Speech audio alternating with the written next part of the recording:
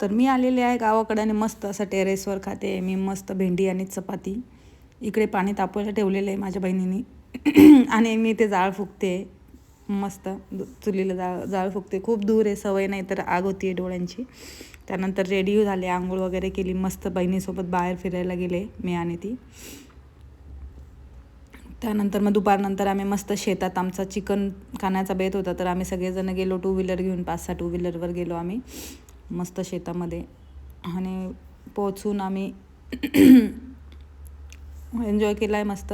इथे शेतात खूप वर्षानंतर गेले. मला खायच्या होत्या तुरीच्या शेंगा आणि तुम्हाला तर माहिती आहे पुण्यामध्ये तुरीच्या शेंगा सिटीत ज्या आहेत त्या नाही का फ्रेश मिळत नाही किंवा ताज्या मिळत नाही. काल तोडलेल्या मिळतात किंवा 1-2 दिवस आधीच्या मिळतात. तर मला तशाने मला असं झाडाच्या तोडून खायला आवडतात आणि बॉईल करून खायला तर खूपच जास्त आवडतात तुरीच्या शेंगा. म्हणून मी यांच्यासोबत, मला आज निघायचं होतं तरी यांच्यासोबत मी बाहेर फिरायला गेले शेतामध्ये. मी शेताच्या मग नंतर इकडे आजूबाजूला सगळी काठी होती. मग मी तोंडाचं सोडलं आणि मस्त चालत चालत चालत चालत गाडीला पार्क केली बहिणीने आणि आम्ही पुढे आलो. मग हे तुरीचं शेत लागलं आणि मी खूप बघून खुश झाले आणि तुरीच्या शेंगा खायला लागले. आणि इकडे माझी बहीण मध्ये मध्ये बडबड करत होते. तिला माहीत होतं मी ब्लॉग बनवते तर काहीही बडबड करत होती ना, काहीही.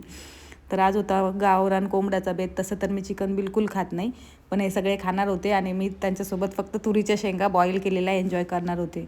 मग आम्ही आलो इकडे आतमध्ये तुरीच्या शेतामधून इकडे आतमध्ये छोटंसं एक पत्राचं शेड आहे, तिथे मस्त चिकन बिकन बनवणार होते हे लोक. तर माझ्यासाठी स्पेशल तुरीच्या शेंगा बॉईल केलं होतं चुलीवर. ते पण मी तुम्हाला दाखवते पुढे. सगळं तोंडाला लागत होतं, फटफट फटफट त्याच्या फांत्या लागत होत्या काहीजण. त्यातनं आम्ही आलो मस्त आणि फायनली आम्ही पोचलो आहे. मे बी पोचलो आहे. तर मला असं वाटलं की किती दूर जायचं नाही. इकडे ढमू ऑलरेडी बसलेली होती माझी. इकडे बघा फुगली होती माझ्यावर. फुगा माझा कसा फुगला बघा. तोंड खूप खराब झालेलं होतं कारण गावाकडे खूप जास्त थंडी आहे. आणि आई बसली इकडे आणि ही पूजी बघा, पूजी एकदम खुश झालेली आहे. मग पूजीने माझ्यासाठी मस्त तुरीच्या शेंगा बॉईल केलेल्या आहे, हळद आणि मीठ टाकून चुलीवर मस्त छानपैकी अशा. हाय करते ती. आणि त्यानंतर मग प्रीती हसून वेडी झालेली आहे कारण मी बनवत होते ब्लॉग. आई विचार करते आहे की आता ह्याच्यात जर तुरीच्या शेंगा बॉईल केल्या तर चिकन कशात शिजवायचं. आणि